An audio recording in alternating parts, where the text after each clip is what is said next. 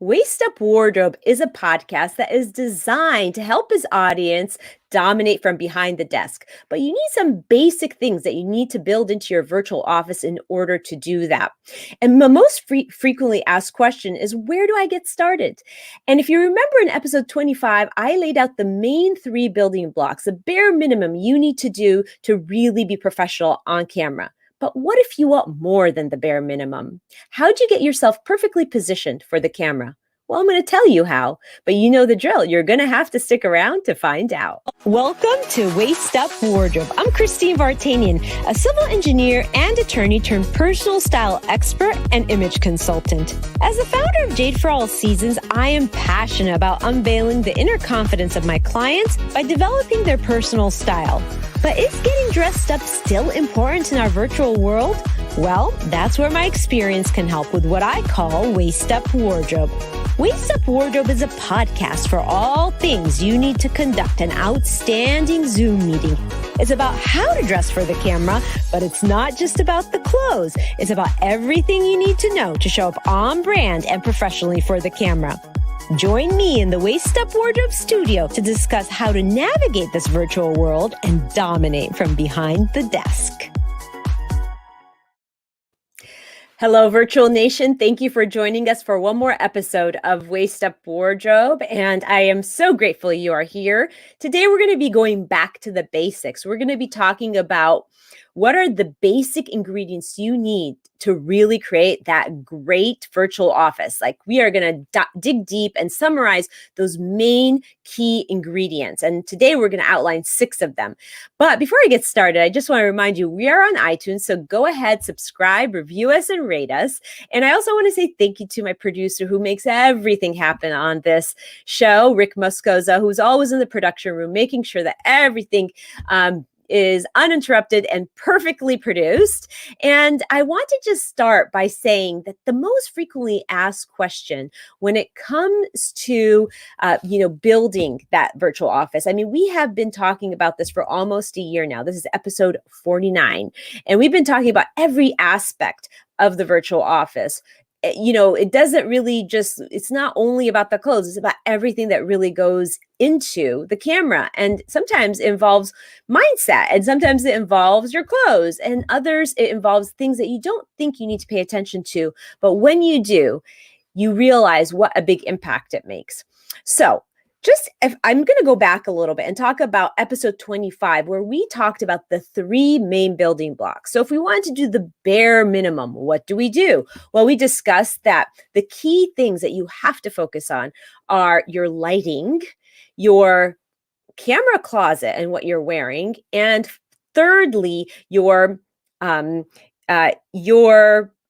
space, how to design the space behind you, because that is a billboard for your business and your brand. And remember, a space that isn't well maintained or doesn't project well is kind of a negative way of talking to your audience. People see in the background a messy desk or a bed, whether it's unmade or made. People don't want to see that. That doesn't really show your image off in a positive way. And we talked about these in detail. We started off by talking about the camera closet and what really to wear when it comes to showing up on camera. And this is a little quiz right now, but I don't know. Do you remember what that main universal rule is when it comes to dressing for the camera?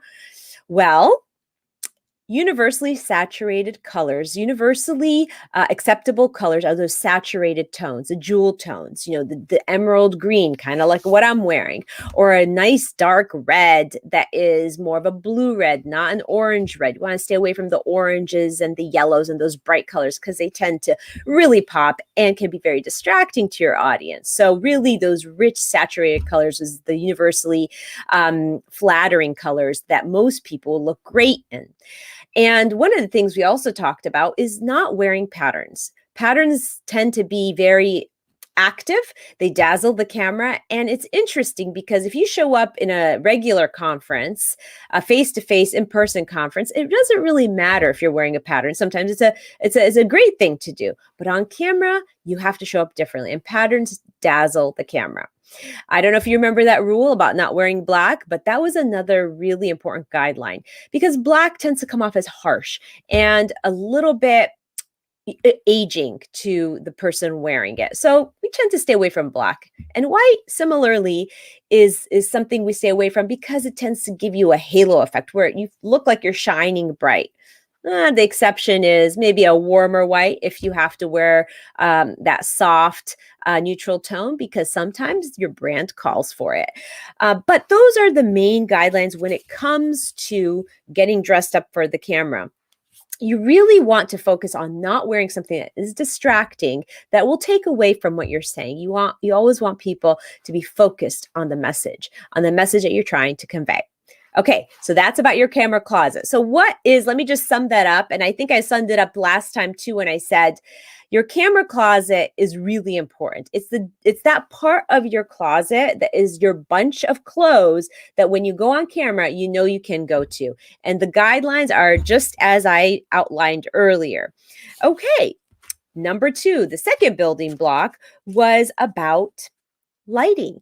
And in the lighting episode that we discussed, we had Rick, my producer, come on stage and talk to us about lighting. And I just want to lay the groundwork first. Lighting is so important. You don't want to look like you are, left in the dark. You don't want to look like you're in the witness protection program. Some people show up on camera and really pay no attention to their lighting at all. And either it's too bright, which can be very uncomfortable for the viewer, or it's too dark and it looks weird and it looks kind of creepy. So you don't want that either. So what do you do though? How do you really, what are some guidelines to help us, if we're setting up our office on our own, what are those guidelines that help you create a very comfortable lighting situation for your virtual office? And to help us answer that question is our very own Rick Moscoso, who is on camera now. And hi, Rick, how are you? Good morning, Christine. Good morning. You are the lighting expert. In fact, you are all my tech. You're my tech crew. You are definitely, you've definitely experimented with different lights, and it's always kind of a work in progress because there's always like a new product that comes on the market, and you're like, oh, that's great, let's try that, and then you see how that shifts everything. But can you give us like the basics on lighting?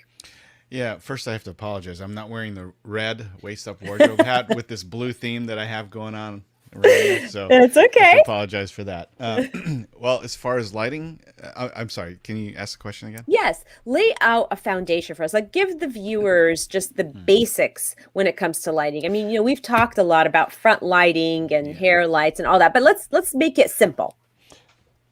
The simplest thing to do if you don't have any investment into studio lights or LED panels, anything like that, is to find the best source of natural light that comes into your room where the light spills onto you, right? It can come slightly from the side.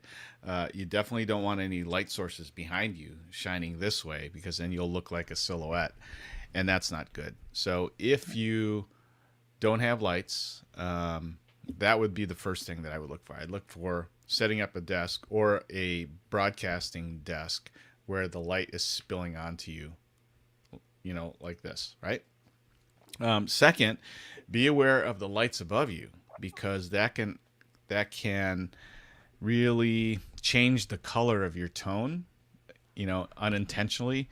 So if you have incandescent lights, like I know that chandelier behind you is incandescent, and you see kind of the yellowish glow it gives you. Yep. So that will affect because it's going to spill down onto your set, and it'll influence the color that of your skin tones, and maybe it might not be the skin tone you're looking for.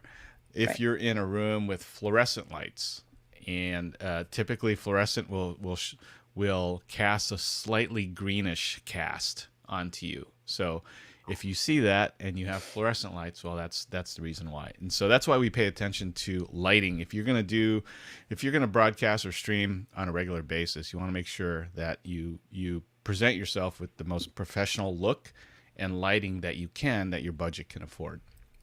100%. And I still feel like even in my studio, because of the unique setup I have, that my light still I have not really dialed that in because, I have this yellow light. We've tried this. We've tried the, turning that off and having some hue lights, but I still have to invest in a new light that you just discovered because I do tend to have a little bit of a yellowish tint that I'm trying to really get rid of. And and this is a really good tip to the audience. It really is a work in progress. I mean, you're not going to be able to set up a room immediately that is, 100% perfect, or professional, right? It's a work in progress. You're working out of your home office and you're limited. Like in my space, I'm limited, but there are solutions, and sometimes it takes some trial and error. Wouldn't you agree? Oh, yeah, absolutely. I remember when I first started too. I didn't have any of these. Let's see, this over here, this LED lighting around the wood. I didn't have these Philips Hue lights here. I think all I had were my LED panels that I had used for some previous projects. Yeah. I do have a nice window here where I let a little bit of light spill in, so it kind of gives me a little bit of illumination. And so when I did add these hue lights, they were actually vertical, just lights. They were splashing on the wall to add some texture separation between me and the back wall. And then I got some strip lighting to go around. Let's see, over here, around the wood. And then I moved the hue lights to the shelves. And so I'm still tweaking. There's some other things that I'm going to do yet. And then, of course, I added the hair light that's above me. Yeah. That you can see. You can see the lighting here on my shoulders and a little bit on my hair. So it's ever evolving. And what I tell people to do is just take baby steps when you're adding tech, especially lighting. Yeah. If there is one important light that you want to invest in, it's the key light. And the key light meaning it's the main light that's spilling onto your face that people see. Right. Then layer it from there. Right. And, we just worked in a client's space with the lighting and the challenges she was having. So everybody has these different challenges, but the challenges she was having is that her light reflected in her glasses and she had to wear her glasses, right? But she also had this beautiful natural light that came from a window on her side, which we utilize as one of her lights that sort of soft, laid a soft light on one side. And then she invested in this Elgato light that we're going to put in the comments box. Will you put that link in the comments box for the audience, Rick? Actually, I'm going to show it first. Oh, excellent. Excellent. Let's see. So this is the Elgato key light. Yep. Right there. And it clamps to your desk. You can also buy an optional base if you don't have any desk space, or if you don't have the right desk where it'll actually clamp to, then you can mount it to the floor. This is probably the best one. It'll extend up to a little over 4 feet. And that's really the whole key, because you want to kind of get it up and to a 45 degree from you to eliminate any glare, but also give you that that look where if you look at my fit, well, it is a little bit. So here's my key light over here. So this is pretty much illuminated. There's a little bit of shadowing on this side because this light that I have to my left is dimmer than my key. So I have a little bit of shadow separation in my face to add a little bit more texture. So it's not flat lighting. Right. Both illuminated. It doesn't look like a spotlight, right? So yeah, it gives you sort of that dimension, that three-dimensional effect, right? You don't look flat. So could we put this link in the comments, please? Because this is an outstanding light from the most recent research that you and I have done. This seems to be the most outstanding light on the market at this point. Wouldn't you say? No doubt. I mean, if you follow the gamers, you research the gamers, and you see what they use. The majority of them use Elgato lighting, whether it's this key light, or they do make a smaller one, which is a square panel in compared to this rectangular one, called the Elgato Air. And so it is a little bit smaller. And in that situation, again, if you're limited to space on the floor around your desk, then these will actually sit on your desk with a small base, kind of like a table lamp. And those work great also. The cool thing about it is you can operate it. Where'd my phone go? Oh, you can operate it from your phone through an app and adjust the color temperature, adjust the brightness, So when you turn them off and you turn them back on, they go back to the last setting that you left it in. So it's just turn them on and they're ready to go. Yeah, awesome. I really am looking forward to getting mine like that because I want to definitely get rid of this. Once I get that, I can turn off the chandelier in the background. We've played a little bit with the Hue Phillips lights, which I like a lot. They do work really well, but I feel like I need a couple more of those to kind of get some lighting in all the corners so I can take away the dark. It tends to get dark because only two spotlights. So that's another tool, the Philips Hue lights, because those you can change the color of them, and that could be really helpful too, kind of like the ones you have in your background. Mm-hmm. Yeah. Yeah. Yeah, And the cool thing about these LEDs, or I'm sorry, these LEDs is that, the majority of them now are app controlled, yeah. whether they're on your desktop or on your phone. And here's the cool thing. So, a couple of studios that I helped set up, I recommended the Elgato Air and the key lights, right? And then they happen to be on a Mac, and also they got a small they got the Elgato Air as a hair light. Uh-huh. And then the question that we're asking is like, do I have to turn on all three lights every time I do this? And I said, well, no. Elgato has this cool device called the Stream Deck. Gamers love this thing, right? Because it's as small as 6 buttons, I believe, which is the mini, and then you can get it up to 32 buttons, but it's layered, so you can actually have more controls behind that one button. But anyway, these are macro buttons that control multiple different functions with one touch of a button after you program it. So, like I was recommended to you at one time, because we're having issues of consistency with your lighting throughout the room. Mm-hmm. And with the Stream Deck, once we have all those things programmed in, we just have a party on button, and you just sit down at your studio desk, hit that button, and everything's set. Right? Yeah. I can't wait to have that so that I can really demonstrate to the audience, look at the before and after. I mean, before isn't that bad, but it could be so much better, right? And the Stream Deck, so we'll have to put that link in the comment box because, it's good to have all these tools handy for everybody to do, and we can do it at the end of the show if we can't do it now, if we can't find it now. But I don't want to complicate things for people who are just starting out. So if we were to give them the basics, right? You want a front light, which usually works well with the ring light. The LED ring lights are really good for that. And you want maybe at least one side light, or maybe a great window that is that splashes some soft light on you, natural light. Is there anything else that you would add to that? Well, you're right. You do want to focus on a key light or the main light, right? Right. That's illuminating you. Okay. But before you even do that, turn on the camera and don't worry about how you look on the camera, but look at the environment behind you and make sure that's lit correctly. So I know Christine has talked about set design and all that that concept in the past, and we're going to talk about it now too. Okay, well, that's next. Yeah, that's definitely something that you need to pay attention to. So once that is set behind you, then you can now focus on what's illuminating you. So if you don't have lighting, it's not that big of a deal. Just face towards the strongest light in your room if you have a window, and that way that lighting is going to illuminate you from the front and give you nice soft lighting. Yeah. And and you look at your confidence monitor and evaluate it, see if it looks appealing or not. I mean, you don't want to be too dark, and you don't want to be blown out. Those are two extremes, right? And then everything in the middle is fine tuning.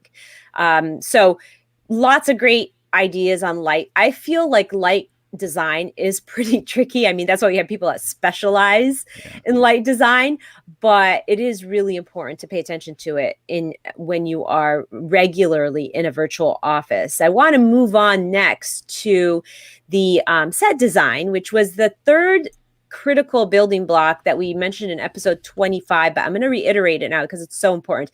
It's so important that I've actually created a product that I offer my clients of set design guidance, and it has been transformational for so many of my clients. I don't know if Rick has any befores and afters in his repertoire, but if he does, maybe he can put a couple up there. I haven't provided it before the show, so I know I'm kind of putting Rick on the spot, but maybe he can dig out one or two of them. But we have really transformed some amazing sets for clients, are on brand. So the thing about styling your background, I feel so strongly about this, and that is why I created my Waist Up Wardrobe kit, my basic one, where it's about set design. It is so critical to show up and look like you really care, that your background, it should speak your brand. It should really give off that impression that you are a professional, and it should really be a hint into what you do. As you can see, my background, I'm a personal style expert. I have mannequins in my background. That gives the audience an idea of what it is that I do. I have invested in a room divider, which is such a great investment that can, move and shift, but can also separate me from maybe something in the back that is a different part, like the racks in the back of my office, right? So that the audience doesn't have to look at that. But there's so many things that you can do to up-level that background. And if you didn't want to, professionally get your set designed with me or anybody else, one of the things that you can do for yourself is just make sure you don't have anything negative in the background. No unmade beds. In fact, no beds at all. Nobody wants to be in your bedroom. Nobody that you're streaming with, unless it's even your relatives don't really want to be there. So make sure you don't have anything that gives off this kind of an unprofessional vibe. So no cluttered desks, no cluttered tables, no kind of really pay attention to that. So once you eliminate the negative things, one of the things I think that immediately gives a great feel to your background is a bouquet of fresh flowers. So you can see I have one right here. In my background, I happen to love flowers. I always have flowers all over my home, but I always make sure that I have a fresh bouquet of flowers in my set, because it gives that feeling of this is an alive, a living set where things happen and it's active. So I just think it's also a really good touch. So think about that. Think about eliminating negative things, maybe putting in a great plant or a great fresh flower vase, and maybe putting something in the background that is representative of your brand. So people, when they talk to you, they know what it is that you do, and they know that you're living your brand even with that.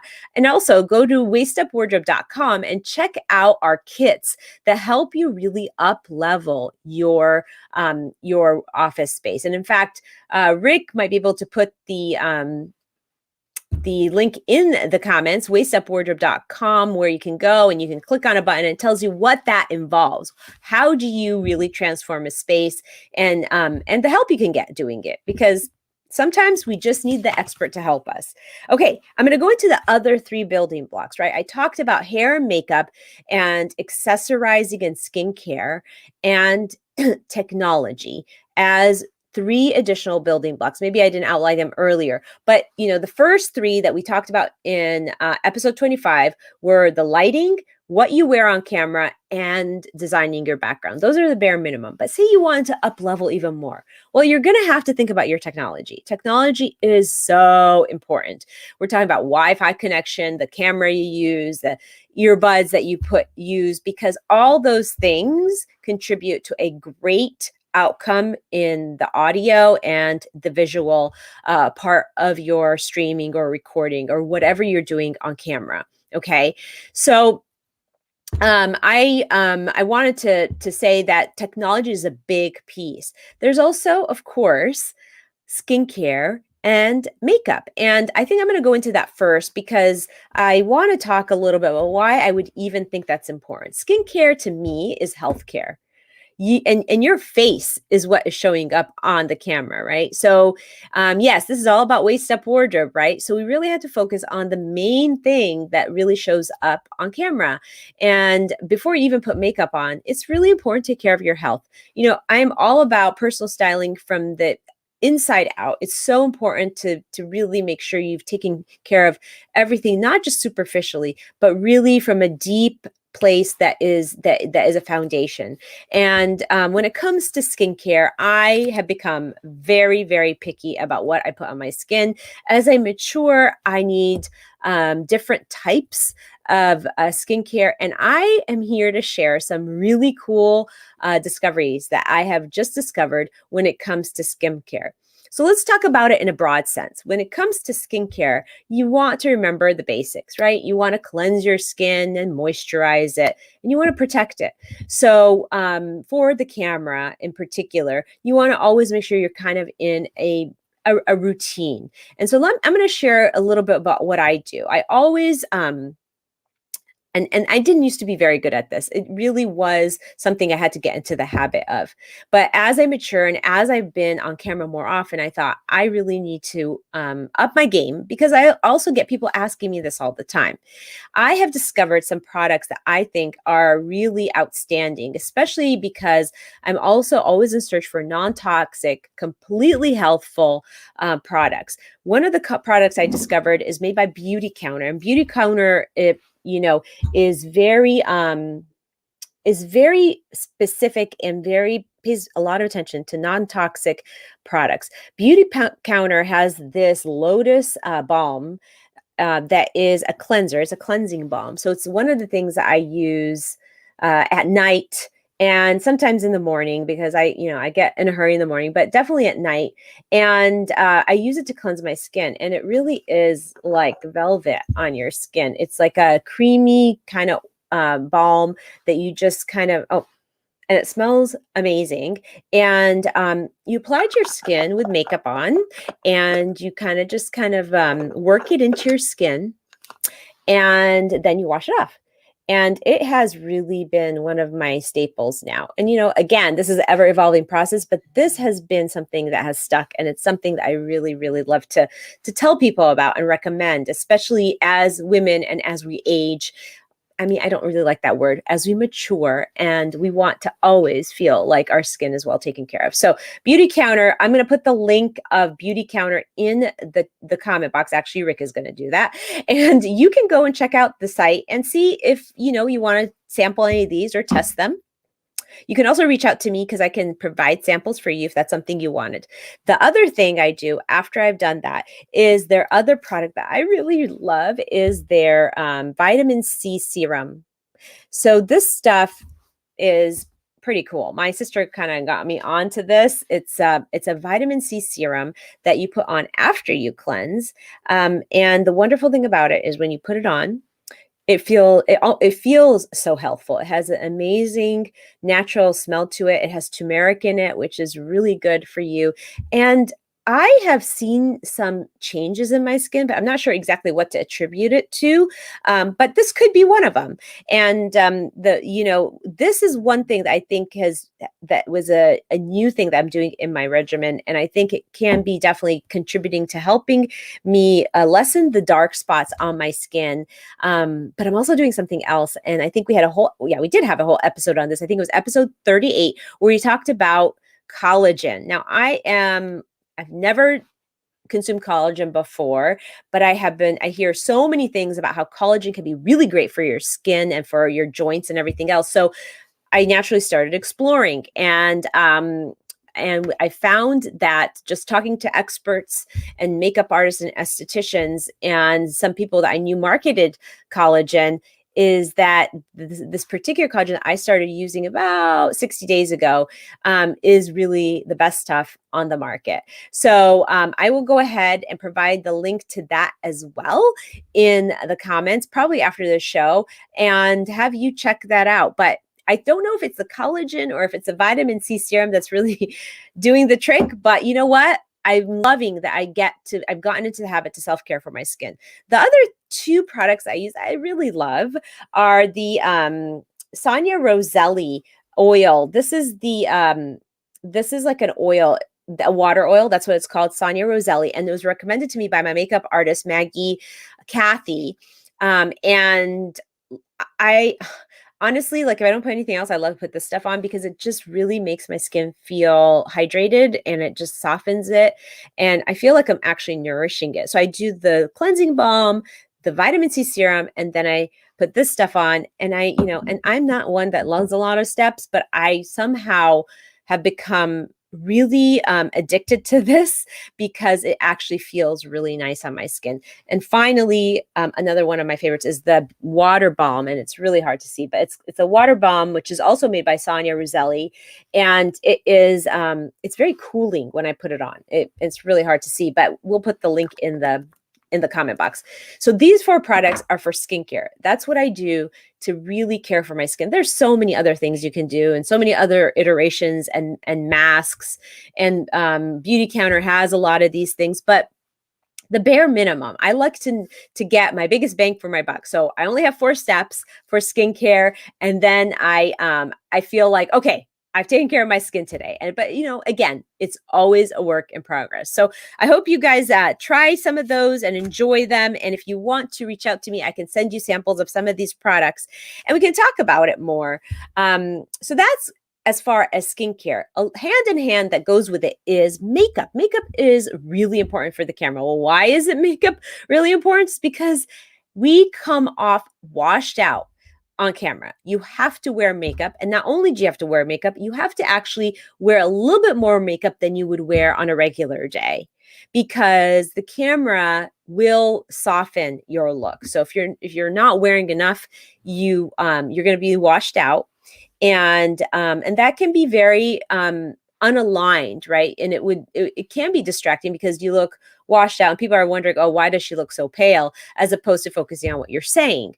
You have to make sure that everything that you do to show up on camera and putting your best face forward feels harmonious and it doesn't feel like it's missing anything. So when it comes to makeup, I do not like makeup. I mean, I really never really got used to putting on makeup, but when I started being on camera on a regular basis, I thought I really need to do this. And so I like to, dwindle it down to the bare basics. And what I found is that if you're going to put nothing else on, if you're going to put no other makeup on, the basics are, after you've done your skin regimen, the basics are you need to cover up for under eyes. If you have dark spots, dark circles, you need to do that to brighten up that area. You need to have lashes of some sort, either use mascara or even some false lashes, or if you get lash extensions, just something, because lashes really accentuate your eyes and people are looking into your eyes. You want those to look great. And an eyeliner. So cover up, lashes, and eyeliner. And finally, 2 more things and you're done. You do need some blush and a lip color. Otherwise, it's not going to be a finished look. So if nothing else, think about your skincare and your makeup. Now, I have a kit on waistUPwardrobe.com where I sell and I offer my clients coaching on this building block specifically. I gave you right now the basics I use, but this can be also very much customizable, the right colors for you, what more to use in makeup. And that's where my kits come in, and they actually help you build those blocks even deeper and even in a more profound way. So if you want to check out waistUPwardrobe.com and check out what those kits are all about, please do, or reach out to me and I'm happy to talk to you about that. Okay, next we're going to talk about, so building blocks we've covered so far, camera closet, lighting, we've covered background design, your set design, and skincare and makeup. Let's go into technology, and guess who's going to help us with this? It's going to be Rick Moscoso, of course, because he is a technology genius. At least I rely on him all the time. I know all his clients rely on him all the time. So, Rick, we want to talk to you about technology. Yes. And let's have a conversation about that, because there's a couple things that people really have to focus on.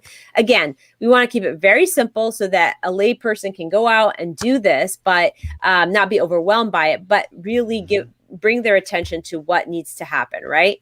So let's talk first about internet connection. Give us your 2 cents on that. Right. So the 3 things that in my mind, what Christine's talking about is internet, sound, and camera. And they all kind of tie in together, because without solid internet, then everything else is going to fall apart. So when we evaluate somebody's internet connection, the first thing I do is I have them go to speedtest.net and tell me how fast your internet connection is, right? So once we have a good idea of what that is, we know what we're working with. So we can tell, is their internet service fast enough to produce a decent stream where there's no latency or there's no lag? Number one. Then the next question is, okay, are you on Wi-Fi or are you hardwired to your router? Okay. A lot of people will make the assumption that my Wi-Fi is good enough, right? It's strong. And you and I both know through the almost year that we've been doing this show how many people struggled after they said that. And in fact, we ended up dropping them a couple times and having to come back in, and the internet was choppy because they thought that the Wi-Fi signal was strong enough, and it wasn't. So Right. that's just another variable when you are broadcasting that you don't want to have to deal with. I mean, the last thing you want to happen is if you're interviewing a guest or you have somebody else on that's talking with you on some kind of production, and then not only are you at risk of them going out because their internet maybe wasn't solid enough, but last thing you want to happen is for your internet to fail while you're interviewing somebody else. So that's just not a good situation. So we always recommend that if at all possible, if you are close to your router, then do a hardwired internet connection for the production. That's the most solid it's going to be. Now, that doesn't mean that you're guaranteed not to have some kind of failure, because you're at the mercy of your ISP, right? So if you have service with Cox or you have service with AT&T, sometimes during the day or certain times of the day, they may throttle down the speed of your internet and you don't know it, right? You pay for a certain speed, whatever your package is, but that still doesn't mean a whole lot to them, because sometimes they will throttle back depending upon the time of day, they could throttle your internet speed. So that's just another variable that you have to deal with. But the big thing is, if at all possible, avoid using Wi-Fi when you're broadcasting. Now, if you have to, then that it is what it is. If your Wi-Fi in where you're broadcasting is really bad, then move to a different location. Yeah. Number one, that's what I would recommend. If that's not possible, then consider tethering to your phone and using the cell service on your phone. If it's solid on your phone, then consider tethering to that as an alternative. There's different things that you can do, but or different options that you have, but you have to really pick the best one that's going to provide you with the most steady stream while you're online. Yeah. And so the main thing is that for internet is, if you really want to not to think about it at all, to get an Ethernet and connect directly to the router, right? That would be the optimal way to do it. Would you agree? Absolutely. Okay. Absolutely. But if you can't do that, just being as close as possible to the router is the next best solution. Yes, no doubt. Yeah. And we have had those situations, and people understand. I mean, technology happens. And technology is like, sometimes you wonder, is it your friend or your foe, right? Is it working for you or against you? On those days, honestly, I am not a tech person. And I don't like to deal with it. So I always go, wait a minute, technology, you're supposed to help me. What is going on? Right? But you have to do your best to really get that solid connection. I mean, we have had guests on where we've had a solid connection, but they haven't. And we really have to pitch, we have to really think fast, because you want to still provide a professional appearance. And you don't want to look like you came unprepared, but the technology sometimes throws in this unknown, right? Mm-hmm. But I do think that as far as our connection, Rick, we have connected directly by Ethernet, and that has been pretty secure. Yeah, that's the most stable signal that you're going to get. Right. From your router to your computer. Yeah. And so let's talk about camera. right? It Mhm. makes such a huge difference. Again, we were designing a client's office space, and she went from her computer camera to the Logitech camera that Rick is going to put the link to in the comment box. And what a difference that made, because the camera that you have in your computer can be kind of grainy and not really nice and clear. And the minute you put a great camera on there, it really makes a big difference in the picture. So can you tell us a little bit about camera? Yeah, no doubt. I mean, if you can budget for a camera, it's not really that expensive. You can get a Logitech C920 or C922 for under $100. I think they're 80 now. I can't remember, but Christine will provide me the link, and then I'll put that in the comments for you. But will probably be one of the better, even before you have invest in studio lights. Get a good camera, because that's your, that's where you have to start. Once you have a good camera, then everything else is gonna start to look great, because now you're adding lighting and you're doing set design and all that stuff. But if the I tell people, well, if you're gonna be mobile with your production, then yeah, in a pinch, it's okay. It's okay for Zoom to use your laptop computer camera or your desktop computer camera, but you don't get the best high def quality like you do with a webcam, like a Logitech webcam. And so, think about it. If you look at the tiny little dot on your laptop or on your computer, it's the size of a pinhead, right? And even though they tout huge, this high resolution, it's still limited to the size of the sensor. So when you get a camera, I wish I could turn this. I don't have my son has my other camera.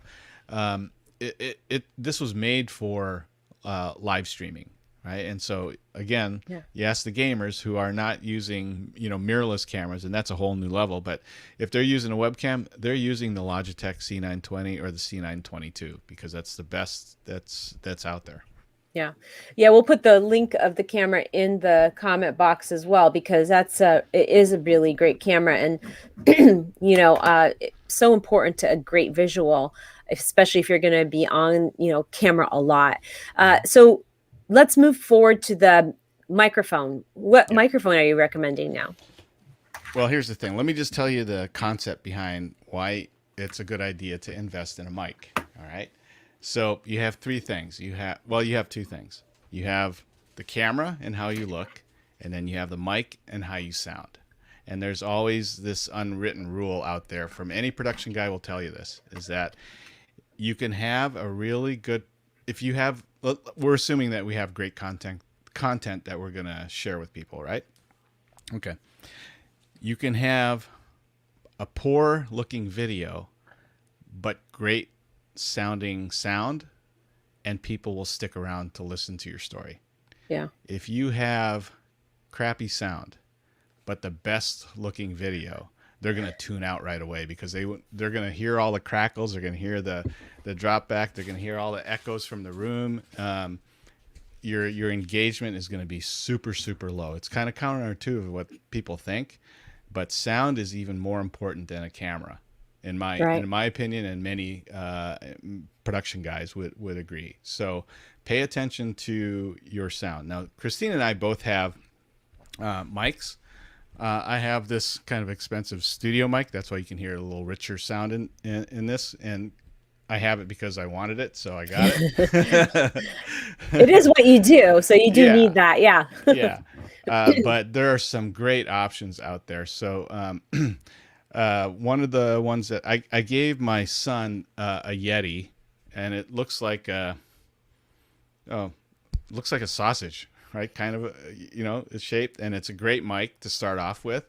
But then as mic technology developed, they get smaller. The condensers, which are the sensors, get more sensitive, and they're more flexible. And so just out of view of Christine, you can't see it right now, but hold it up. That is the Rode Mini USB mic. And believe it or not, it's a $99 mic. It's a beautiful mic. The mic actually is magnetic, so it comes right off that base. She can just pull it right off. Um, and the reason for that is some people like to have this arm, right? I like see mine's sitting on an arm, and maybe their situation they have the arm coming into scene and it's hanging down. Well, you can take that magnet and just put it up there, and now the mic's hanging like you would see in a radio station or something like that. So all kinds of flexibility, but the difference with that type of mic compared to a mic from your camera, for example. So I'm using the Shure SMB SM7B, which is a really expensive studio mic, right? So I'm going to switch quickly to my Logitech 20. Okay. So I don't know if you noticed the difference in sound, but the C920 is about an arm length away from me. Can you tell the difference, Christine? Yeah. So this is what normally you would have if you didn't have a mic. And depending upon how far the mic is away from you, it could be your computer mic, it could be the webcam mic. It sounds okay, but it's not the best, right? And so the rule of thumb is, I'm going to switch back over. Really the rule of thumb is the closer you can get the mic to your mouth, the richer it's going to sound. It'll eliminate a lot of the room echo, especially if you're on hardwood floors or tiled floors in your office or in your space. You don't want people to hear the echo of the room. You want to really impress them with the sound quality of your voice. So even with this nice expensive mic, the closer I am to it, the richer, the better it sounds. And I can start coming away from it a little bit. Now you start to hear a little bit of the room ambiance. I have to talk a little bit louder to hear you. So those are some of the things that people don't pay attention to that are really important if you want to impress your audience, right? Not just impress them, but to encourage them to stay listening, stay tuned, right? Because if you can't hear something, that can be very frustrating. And what's the point? You could be listening to a podcast on the road. You don't necessarily need to watch it, but you need to be able to hear what they're saying, and you have to hear it clearly. So I love the demonstration you just made with switching microphones and kind of moving back a little bit from your microphone. I think that's very, very interesting because people don't realize that it makes a big difference to have a good mic. Oh, it's a huge difference. It reminds me so I do this other show with this attorney friend of mine, and he has a really nice Yeti because I recommended it to him a year or so ago, right? So he got the Yeti, and we're doing this production. I go, how come I'm seeing you got the Yeti, right? And he goes, yeah, I got it. Because why is there so much echo in the room? He goes, where is it? It's back behind my computer. It's over there, like about 5 feet away. I go, no, dude, you got to put it right in front of you. Yeah. And so location is a key too. But like for Christine in her situation, we wanted kind of a clean look, so we wanted a low profile mic. And what you want to try and do is you can hold the mic to the point where it just disappears to the bottom of the screen. And that's kind of like right there. So if it can be propped up as close as you can to the bottom where you don't quite see it, if that's the look that you're going for, great. I don't mind it showing because I like the sound. So it just makes for me it just kind of matches everything that I do here. So invest in the mic because honestly, they're going to pay more attention to you if you have good sound versus an expensive camera. Yeah. So we definitely will put the link of the Rode mic in there because I think that it's a really quality mic, and you've just demonstrated how important the audio is when it comes to being on camera, whether you're streaming or broadcasting or just talking in your professional work. So that was a really good explanation of that. One of the things that I did too to help with the sound is I actually I'm on a tile floor. So I actually added rugs on my floor, and that tends to really help. Yeah, no doubt. No doubt at all. That's a great idea. Yeah. And so again, those are little details that people don't think about because a lot of times when they're in their office space or in their studio space, they don't actually hear what the audience hears. Right. Right. And so, it takes somebody else to kind of listen in and kind of evaluate that and then you can kind of pick it apart and then find areas where you can help improve it. If anything, even if you don't have a mic, try and deaden the space as much as you can around you. A rug on the floor. I've seen people put drapes, just Yeah. out of camera view, just to deaden it. And it sounds so much better because you eliminate the echo, and now they can just focus on your voice. Yeah, and I mean, even upholstering walls. I mean, you see that in Mm-hmm. studios and stuff. So people do that for a better sound. So there's so many options and so many creative ways to really enhance that audio. Yep. Well, thank you for that. That that was very informative. It gave everybody some really good ideas, Rick. And so we're going to move into the final uh, six block that you need to really think about when you're showing up on camera, and that is your hair care, the way you style your hair and what you do to care for it, and also accessorizing, right? We didn't talk much about that, but those tend to be in my kits that I offer. Hair and accessorizing tend to go together in its own module. So when it comes to your hair, I mean, basics are really, really important just so that you can come off professional, right? So coloring your hair on a regular basis for women is really important because it shows on camera. That's the first thing people see is your face and everything associated with your face, including your hair. So I do recommend that you stay on a regimen where you're able to color your hair, especially if you have roots that grow out. Just color it and maintain a cut that is very cohesive with the shape of your face. Now, we will have a whole episode on haircuts for certain shapes of faces, but just make sure you keep it nice and trimmed and styled. Even though you are showing up on camera, you still have to really do those things that really enhance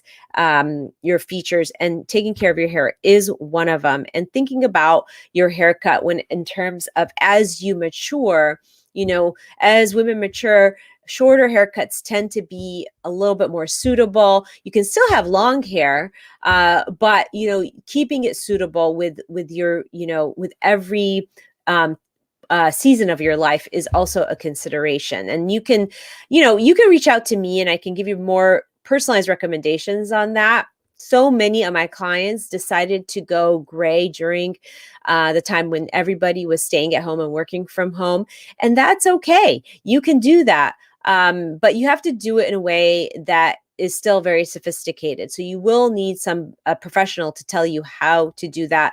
And so you can reach out to me, and I can connect you with a hairstylist or a professional that can help you really, really you make the gray look hip and fashion forward. I will say, though, that coloring hair does really instantly take off 10 years off of your look. So it really is just what you want to do. When it comes to accessorizing, the thing with accessories, they're critical. You have to accessorize. It finishes the look and it makes you look harmonious, right? It doesn't leave anything looking unfinished. So when you're on camera, you want to make sure that you're wearing accessories that don't confuse the viewer, that aren't loud and don't make a lot of sound that can be very distracting from your audio. No jingling bracelets or reflective earrings that are shining in the camera, or mirrored things, because those can be very distracting. I do like to recommend to my clients either statement necklaces or statement earrings. If you're wearing a statement necklace, don't make your earrings statement. If you're wearing statement earrings, don't make your necklace a statement. Balance that a little bit. Now, again, when you show up on camera, it's a little bit different than when you're showing up and stepping out into the traditional working world and meeting people one-on-one. On the camera, you can tend to dazzle and distract people a little bit more because the camera has a way of doing that. So you do have to adhere to some of these guidelines. And I really recommend, a nice statement earring with a blazer or your dress. But if you don't want to do a statement earring, a statement necklace would be another option, right? So think about making one statement with a piece of jewelry, not a lot.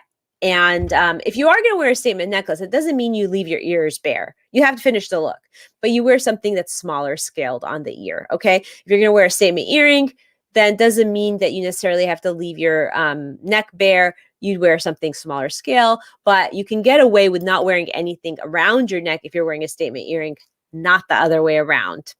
In other words, if you're wearing a statement necklace, you always have to wear earrings. Always wear earrings. Okay. So I'm going to go over these 6 building blocks just as a summary, okay? Remember, we talked about you have to, in order to have a professional looking virtual office, you have to start with your camera wardrobe. You have to be wearing things that are consistent with showing up on camera, things that don't dazzle or distract. Solid saturated colors are your best way to go. Staying away from black and bright white is another really good guideline to keep in mind. Okay. So build that camera closet. 2, your lighting. Your lighting is something that you need to be thoughtful about. And the bare minimum, if you're not going to do anything else, you need that front light that will illuminate you from the front, because you don't want to be too dark and you don't want anything that's light that's coming from behind you that's blowing out the camera and making it look like a bright shining light. Number 3 is your set design. Your set design is so important. I know people don't think about it, but it is so important. When the set design complements your look, it really says something about your professionality and how professional you are, right? So design your set with your brand in mind and make it so that it speaks your brand and tells a story. Sometimes people will have a great wall in their office and like a great library, and they use that as a backdrop. So you can really be creative on how you design it. If you're going to do nothing else, please take away all negative distractions from the background, like an unmade bed or a cluttered space. Those need to go, and maybe just put a great bouquet of flowers in the space to enhance the whole picture. Okay, number 4, technology. Technology is so important because if you don't have a good connection, if you don't have good sound, nobody's going to want to be attracted to listen. They're going to feel disengaged and it will be distracting for them. So remember, technology is so important. The most important thing you need to remember about technology is Ethernet connection, internet connection that is strong and stable. The best way you can get that and achieve that is with your Ethernet connection. And 2, a great camera, because a camera can really make a big difference in how you show up on camera, obviously, because it's how people are seeing you.